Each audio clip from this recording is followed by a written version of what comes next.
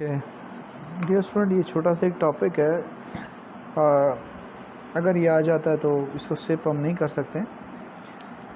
Statistics and genetics, probability अगर आपने पढ़ा होगा, probability chance of occurrence of an event. जैसे आपको समझाया गया है कि अगर हम डाइस जो लूडो आजकल खेलते हैं ना, तो उसमें छक्का आने के चांसेस कितने होते हैं। तो probability is equal to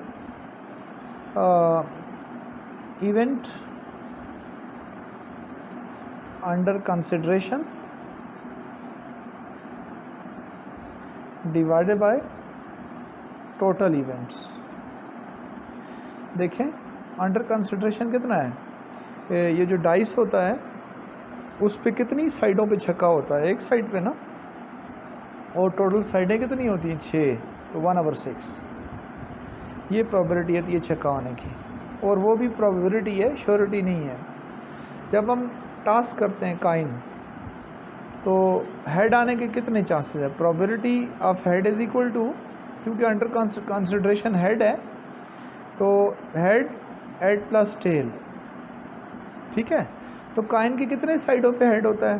probability is equal to 1 side पे, और एक साइड पे हेड होता है, एक टेल 2, तो 1/2, 50% चांस होता है कि भाई आपका हेड भी आ सकता है और टेल भी आ सकती है। इसमें 2 रूल अप्लाई होते हैं, उसको आप सुन लें बस, अच्छा आपके लिए रहेगा। एक आता है मल्टीप्लिकेशन रूल, और एक आता है सम रूल। जब आपको फाइनल प्रोडक्ट अचीव करने का सिर्फ एक ही रास्ता नज़र आए तो आप सिर्फ मल्टीप्लिकेशन करोगे, लेकिन अगर आप फाइनल प्रोडक्ट को मल्टीपल वे से अचीव कर सकते हो तो तमाम वेज़ को आप पहले मल्टीप्लाई करोगे और फिर उसके रिज़ल्ट को आप सम करोगे। ये देखें, ये लिखा हुआ है, मैं आपको एग्जांपल जो आपकी बुक में है उसी से एक्सप्लेन करता हूँ।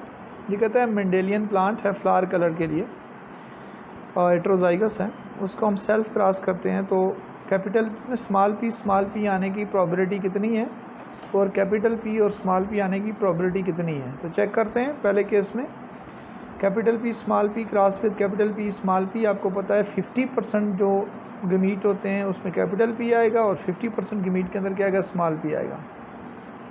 अब स्मॉल पी लाने का हमारे पास सिर्फ एक ही तरीका है, और वो ये है कि एक स्मॉल पी इसके अंदर है, एक स्मॉल पी इसके अंदर है, तो 1/2 मल्टीप्लाई बाय 1/2 1/4, ये इसका रिज़ल्ट आ जाता है। लेकिन अगर वो हमसे ये पूछता है कि कैपिटल पी स्मॉल पी आने की प्रोबेबिलिटी कितनी है, तो इस पर ज़रा आप गौर करें। वही है 1/2 probability of this guy. Capital P 50% sperm के अंदर जो होगा वो कैपिटल पी जाएगा, और 50% स्पर्म जो होंगे उसमें स्मॉल पी जाएगा। 50% एग जो होंगे उसमें जाएगा कैपिटल पी, और 50% जो एग होंगे उनमें स्मॉल पी जाएगा। देखो 1/2 में कैपिटल पी यानी 50% के अंदर, 1/2 के अंदर हमारे पास स्मॉल पी जाता है। इसमें भी ये सिचुएशन है। तो एक तरीका तो ये है कि कैपिटल पी स्पर्म के अंदर और स्मॉल पी एग के अंदर हो, उसको हम एक ए वे कह देते हैं। 1 ए इज इक्वल 1/2 मल्टीप्लाई 1/2 1/4 आ जाता है।